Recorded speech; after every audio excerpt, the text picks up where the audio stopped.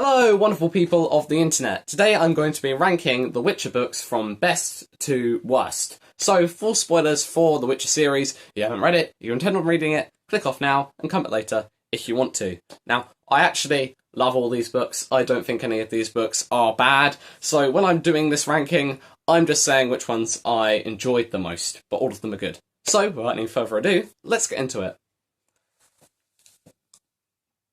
I haven't actually done an order yet.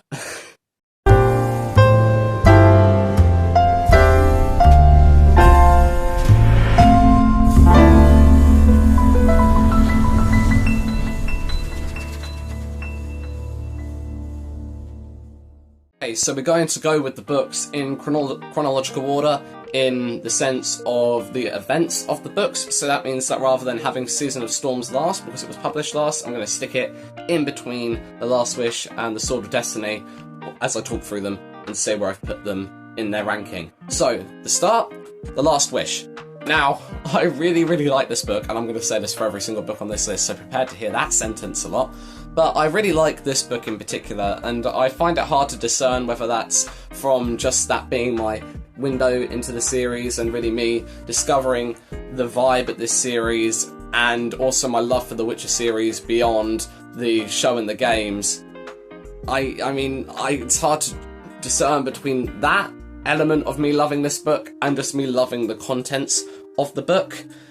But this book does invariably contain some of my favourite short stories in the two short story Witcher books, and it also contains all the character introductions. It has these really nice moments. The Last Wish itself is such a great story. Just all of that makes this such a great book, but I have not put it very high on my tier ranking just because I think there are books that are slightly better than it, and so that means that The Last Wish has gone in 6th place. So, the next one is The Season of Storms, and I'll just go ahead and say now that is in 8th place. This was my least favourite out of all of them, and that is not because the writing's particularly bad, it's not because the story is particularly bad, it's just because it's kind of irrelevant.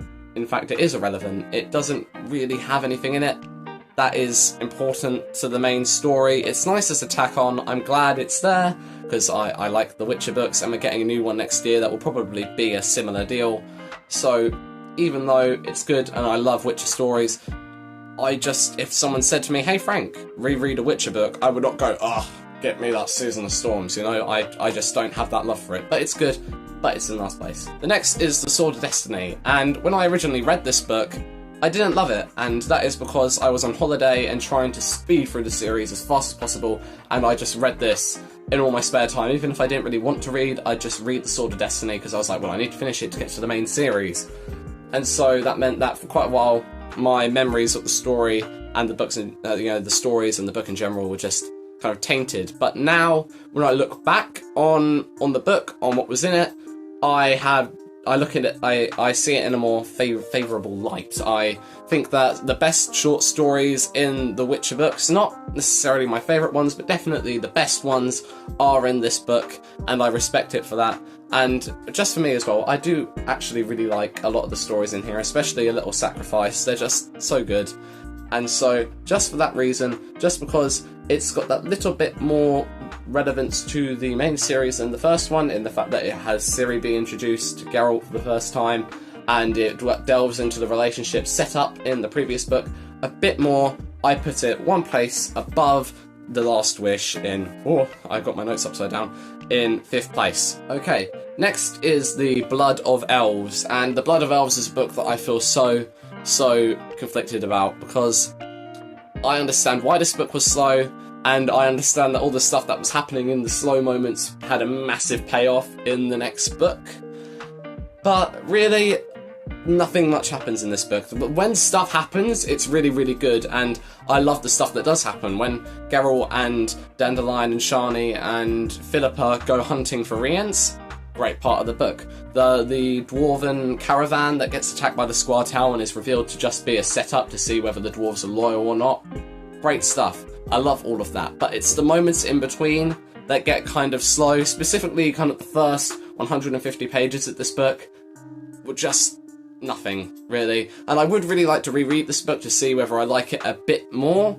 But if you ask me, just compared to the latter books in the series, I just can't put this one very high because I genuinely just don't like it as much as them. So that means that I put it in 7th place, above Season of Storms, but below The Last Wish. Next is The Time of Contempt, and I watched a tier ranking from one of my favourite booktubers, and he was partnering with another one. And they put the Time of Contempt really low, and I was flabbergasted because I love this book. I think that possibly the beginning and the end, nothing really happens. I mean, the beginning definitely less so than the end. I think the end, some people find it boring, but the bit with Geralt and Brokilon getting healed and Dandelion going in, just him going in is such a beautiful scene, but then him telling Geralt what is going on the outside world, I thought was a really cool and interesting part. And then the stuff with Ciri at the end is hard to read, feels a bit like an overly long epilogue, but it doesn't really detract from the overall quality of the book, and certainly not from the middle part, which is the coup on Faned. And this is such a great part of the series. I'm reading it for the first time, I was just like, what? Because I knew quite a lot about The Witcher from the show, but then this was the first book after the show, if you can really count The Blood of Elves as being adapted, which it really wasn't, but this was the first book where I definitely didn't know anything that was going to happen. And so the Faned coup came completely out of nowhere for me, and as it should, and that meant that it was just such a great reading experience. Geralt getting owned by Vilgefortz, what a scene, you know, just the whole set piece was really good. And so for that reason, just for this particular plot point, I'm putting this book in 2nd place on the tier ranking. Next is The Baptism of Fire, and this is perhaps my most controversial ranking on this list, because a lot of people say that The Baptism of Fire is their favourite Witcher book, and I did really like The Baptism of Fire, and it has the introductions of some of my favourite Witcher characters, and it has some really nice moments with them. But if you ask me to tell you that what happens in Baptism of Fire, I would kind of struggle. It's like Blood of Elves, but just a bit more, but just a bit better. It's just as slow, but I cared about the characters in it, and there was a constant sense of progress. It's really just the Hansa which is forming, which is lovely to see, going across the continent on a search that you know for Ciri that you know is futile, and it's hard to explain, but nothing much happens, but a lot happens. And I feel bad for not putting it higher on the list, because as I said, this has got some of my favourite moments. I really like when the Hansa make the fish soup and kind of finally decide, you know what, we're travelling together, we're going to do this. I like how they respond to Geralt being all mopey. There are some really great parts of this story, and you know, Regis being introduced, Regis being introduced as well, you know, is really lovely to see. But I put it in 4th place, which a lot of people are going to hate me for, because they love this book, and I love this book. I really do love this book. But I can't put it above some of the other books in the series. Like Tower of the Swallow, should I say. I put this in 1st place. I actually really liked this book. I loved the stuff that Sapkowski was doing with the different points of view. I loved all of Ciri's story with Bonhart, and it still had some really nice moments with Geralt and the Hansa, so that means that it could stay in here, because if there wasn't Regis in it, then it would pop down a few notches and Baptism of Fire would be higher. But because Regis is in this book as well, you know, it's like, I can't complain about my favourite characters not being there, because they are in this book, so that means that combined with the great plot along with Ciri's plot as well, along with Yennefer's plot, which I really like in this book. I really like Yennefer's plot in this book. Just all of that coming together elevates it just slightly above the rest of the books in the series, because it had all these elements that I just loved so much.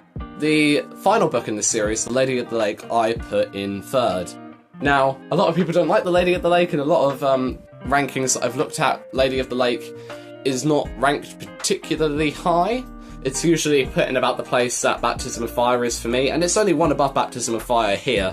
But, I mean, a lot of people don't like the end of this book. I didn't love the end of this book either, but everything up until the end of this book was magnificent.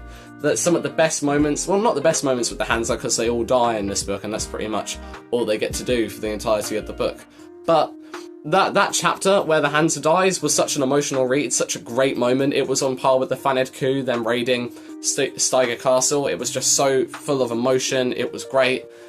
And the Battle of Brenna was so epic, and I love that as well.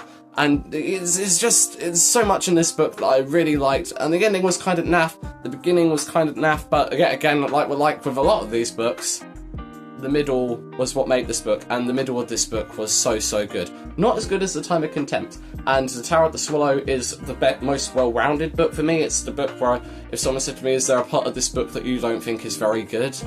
I would go no. With The Time of Contempt, I'd say, well, perhaps the ending goes on for a bit, perhaps the beginning isn't very good. With The Blood of Elves, I'd say there's not enough action. For The Baptism of Fire, I would say a similar thing, but I'd say it's kind of meandering. It's just a constant, good quality book, The Baptism of Fire. But then, okay, yeah, actually, I would say that with The Baptism of Fire, let me get my words out. Gosh, I can't speak properly. With The Baptism of Fire, it's a constant level of good, if that makes sense. And I think that's like with The Tower of the Swallow. It's like The Tower of the Swallow, in fact, that when I think of the book, I can't think of any particular moment that I didn't like. But with The Tower of the Swallow, I just enjoyed the elements a bit more than in The Baptism of Fire, and with the Lady at the Lake and The Time of Contempt, which are above The Baptism of Fire, I had moments in those books, despite having other elements of those books not be great, I had moments in those books that were absolutely brilliant, and better. Those moments were better than the consistent good quality of The Baptism of Fire for me, if that makes sense. So that's me trying to justify me putting The Baptism of Fire so low, because I feel like I'm going to be absolutely annihilated by Witcher fans, but I'm going to stop justifying now. That's the ranking. So that means that the final rankings are Season of Storms at 8th place, The Blood of Elves at 7th place, The Last Wish at 6th place, The Sword of Destiny at 5th place, The Baptism of Fire at 4th place, The Lady at the Lake at 3rd place, The Time of Contempt at 2nd place, and The Tower of the Swallow at 1st place. I would love to hear your opinions down below. I know I don't have many Witcher viewers, the videos don't usually do as well as perhaps my Discord videos, but if you are a Witcher viewer, I'd really love to hear your thoughts on this, because I just love seeing how people order these books, because they're all so good, and I like to see the reasoning behind it. So if you want to put your ranking at the books down below, please do. I'd love to see it. I'd love to talk to you all about this. But I'll wrap the video up there. Thank you all so much for watching. Sorry for not putting Baptism of Fire first, and I'll see you next time where I'll talk about something. Until then, have a good one. Bye.